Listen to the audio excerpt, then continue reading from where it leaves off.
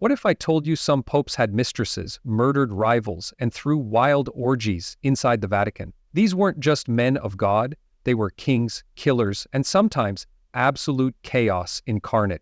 These stories are not fairy tales or exaggerated legends. They're real accounts buried in the archives of history. Once you hear what really went down in the papal courts of the Middle Ages, you'll never see the Vatican the same way again. Most people think of the papacy as a symbol of holiness and morality, a beacon of divine wisdom guiding millions of faithful followers. But during the Middle Ages, the line between the sacred and the scandalous blurred. Behind the grand walls of Rome, power, greed, lust, and betrayal played out like the script of a dark drama. It wasn't just the occasional slip-up, it was institutional decay disguised in flowing robes and golden mitres. Let's start with Pope Boniface VIII. He wasn't your average pope. He wielded power like a sword, declaring that salvation was impossible without complete submission to the Pope. That's right, he claimed authority over not just the Church, but over kings, emperors, and even your soul. Boniface clashed hard with King Philip IV of France. Things got so heated that the king had Boniface kidnapped and slapped in the face. Yes, the Pope was literally slapped by a soldier of the French king. Boniface died shortly afterward, and many say it was from pure rage and humiliation. Others claim he was tortured or poisoned. Either way, his death marked the climax of a power struggle between throne and altar. Then came Rodrigo Borgia, later known as Pope Alexander VI. If you thought Game of Thrones was wild, meet the real Borgia family. Rodrigo used bribery and manipulation to become pope. Once he had the tiara, he turned the Vatican into his family palace. He openly acknowledged his many children, one of whom was the infamous Cesare Borgia, a ruthless commander, and Lucrezio Borgia, who was rumored to be involved in political poisonings and incestuous affairs. Alexander VI threw massive feasts and banquets that made the Vatican look more like a royal court than a house of prayer. One infamous event, the Banquet of Chestnuts, was described by contemporaries as a scandalous orgy involving courtesans, clergy, and noblemen. Gold coins were reportedly thrown onto the floor to encourage guests to compete in lewd acts. If that's not scandalous, I don't know what is. But it gets even darker. John XII became pope at the tender age of 18. He wasn't trained in theology, he wasn't known for piety. What he was known for, drinking, gambling, and turning the papal palace into a brothel. He was accused of invoking pagan gods, blessing dice games in Satan's name, and engaging in affairs with married women, widows, and even his own relatives. His enemies claimed he sold church offices for money, and when they tried to depose him, he responded with threats and violence. He eventually died under bizarre circumstances, allegedly caught in the act with a married woman, either murdered by her husband or collapsing from a stroke. Either way, the end was as dramatic as his life. Now let's talk about the Cadaver Synod. Sounds like a metal band, right? But it was a real event. In 897 AD, Pope Stephen VI ordered the corpse of his predecessor, Pope Formosus, to be exhumed, dressed in full papal robes, and put on trial. A literal dead man on trial. He was propped up on a throne while a deacon answered questions for him. The result? Formosus was found guilty, his papal garments were ripped off, his blessing fingers were cut off, and his corpse was thrown into the Tiber River. Unsurprisingly, Stephen VI's reign didn't last long. He was imprisoned and strangled to death shortly after. Pope Urban VI wasn't quite as grotesque, but he was certainly terrifying. He was known for his violent temper and suspicion. When cardinals tried to leave Rome, he accused them of conspiracy and ordered their arrest. Under his orders, several cardinals were tortured, personally interrogated, and mutilated. Urban's reign left the church fractured and bloody. He eventually died, possibly poisoned by those who had had enough.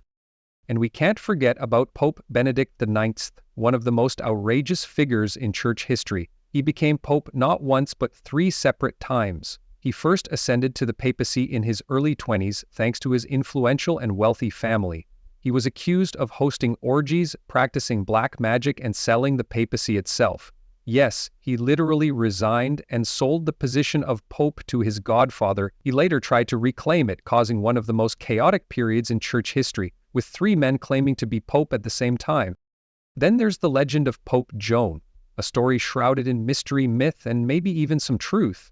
According to the tale, Joan disguised herself as a man and rose through the ranks of the church to become pope in the 9th century. Her identity was only discovered when she gave birth during a papal procession. The crowd, horrified, reportedly stoned her to death on the spot. For centuries afterward, it was rumored that popes were examined for their gender before their coronation, using a special chair with a hole in the seat. While most historians consider Pope Joan a legend, the fact that it persisted for so long speaks volumes about the intrigue and fear surrounding the papacy. These stories aren't isolated. They're symptoms of a larger disease, moral decay at the heart of religious power. The Church became not only a spiritual institution but a political and economic powerhouse. Popes commanded armies, collected taxes, brokered royal marriages, and ruled over vast lands. With that power came opportunity, and corruption followed like a shadow. The scandals weren't just about personal behavior, they had global consequences. When the Church's top leaders were corrupted, it fueled public outrage. The sale of indulgences, nepotism, and moral hypocrisy eventually gave rise to the Protestant Reformation in the 16th century. Reformers like Martin Luther were directly reacting to centuries of abuse and decadence at the top of the church hierarchy. It wasn't just a religious crisis, it was a political revolution. Europe would never be the same. And there were ripple effects. The Enlightenment, the separation of church and state, even the birth of modern democracy, all were shaped by the public's growing distrust in religious authority. The sins of the popes didn't just scandalize the faithful, they reshaped the entire Western world. Let's pause for a moment and reflect. These weren't just isolated incidents. These popes controlled armies, crowned emperors, and shaped the destinies of nations. When a pope committed a sin, it rippled across the entire Christian world. The damage wasn't just spiritual, it was tangible, felt in wars, broken alliances, and social unrest. Yet despite all this, the Church endured. Somehow, through the corruption and chaos, the institution survived and even reformed. Councils were held, rules were rewritten, the Counter-Reformation was launched to bring morality and discipline back to Rome. Over time, the papacy reclaimed its spiritual focus, but the stains of the Middle Ages remain, etched into the stone of history. And maybe that's the most fascinating part. These popes were men, flawed, ambitious, often terrifying, but human. And their stories remind us that history is never black and white. It's a vivid tapestry of power, passion, and paradox. They remind us that morality, even at its highest levels, is fragile, that even those claiming divine authority are not immune to human flaws.